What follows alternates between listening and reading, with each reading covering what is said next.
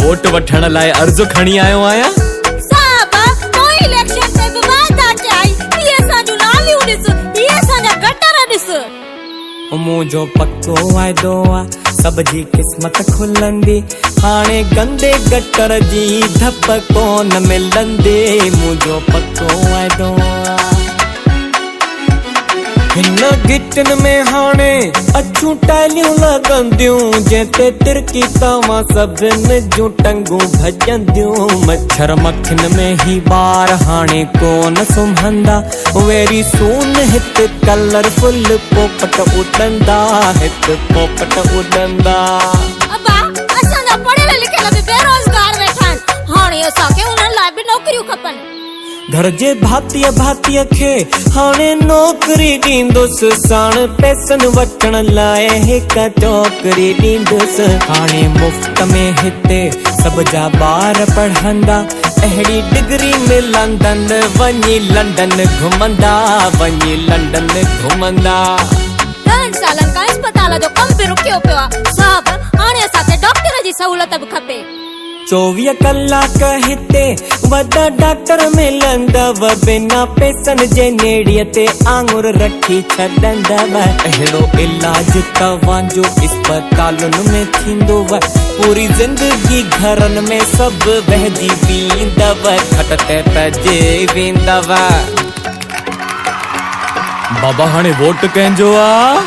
गिले जो आ गिले जो न गिले जो वोट करे गिले जो न गिले जो वोट करे गिले जो। ऐं आख़िरकार इलेक्शन जो ॾींहुं बि अची वियो।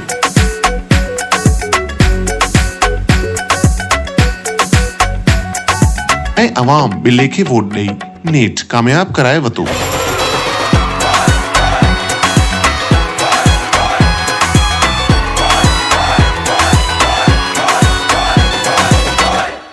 साहब 3 साल गुज़री विया आहिनि न नालियुनि जो कमु थियो आहे न स्कूल जो न वरी अस्पतालुनि जो।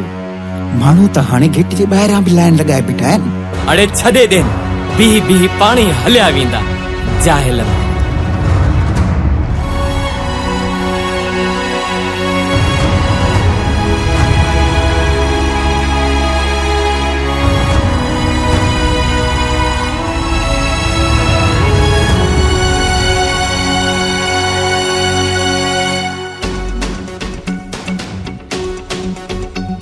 बेकारनि खे असां वोट ॾिनो नाकारनि खे असां वोट ॾिनो हिन ज़ुल्म जा ॾोही असां बि खूंखारनि खे असां वोट ॾिनो। को हक़ असांजो उगरियो आहे ॾियारीअ में असांखे जगड़ियो आहे मिटीअ जो खिलोनो समझी तूं पेरनि सां असांखे रगड़ियो आहे। केसी तूं ज़ोर लॻाईंदे हक़दारनि जा हक़ खाईंदे हिन शहर जा अहिड़ा हाल करे केसी तूं महल सजाईंदे। असां पाण बि पंहिंजा ॾोहारी सभु नज़र वरायो चौधारी हिकु नौकरीअ जी लालच में धरतीअ सां कई असां गद्दारी। हाणे पाण खे फ़ैसिलो करणो आहे हिक ॿिए सां गॾिजी रहणो आहे। जेको मिसकीननि जी दाह ॿुधे इहो वोट उन्हीअ खे ॾियणो आहे इहो वोट उन्हीअ खे ॾियणो आहे इहो वोट उन्हीअ खे ॾियणो आहे। अब्बा असां मिसकीननि जी दाह ॿुधण वारो कोई कान्हे बस हिकु उहो ई आहे।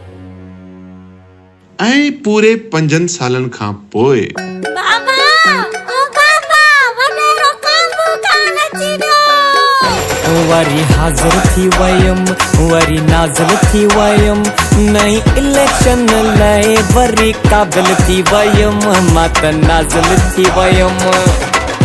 बस वॾेरा कांबू तूं घणो ई असां मिसकीननि जे एहसासनि सां खेॾी छॾियो। असां पंहिंजा हथ वढाइण पसंदि कंदासीं पर तोखे वोट न ॾींदासीं।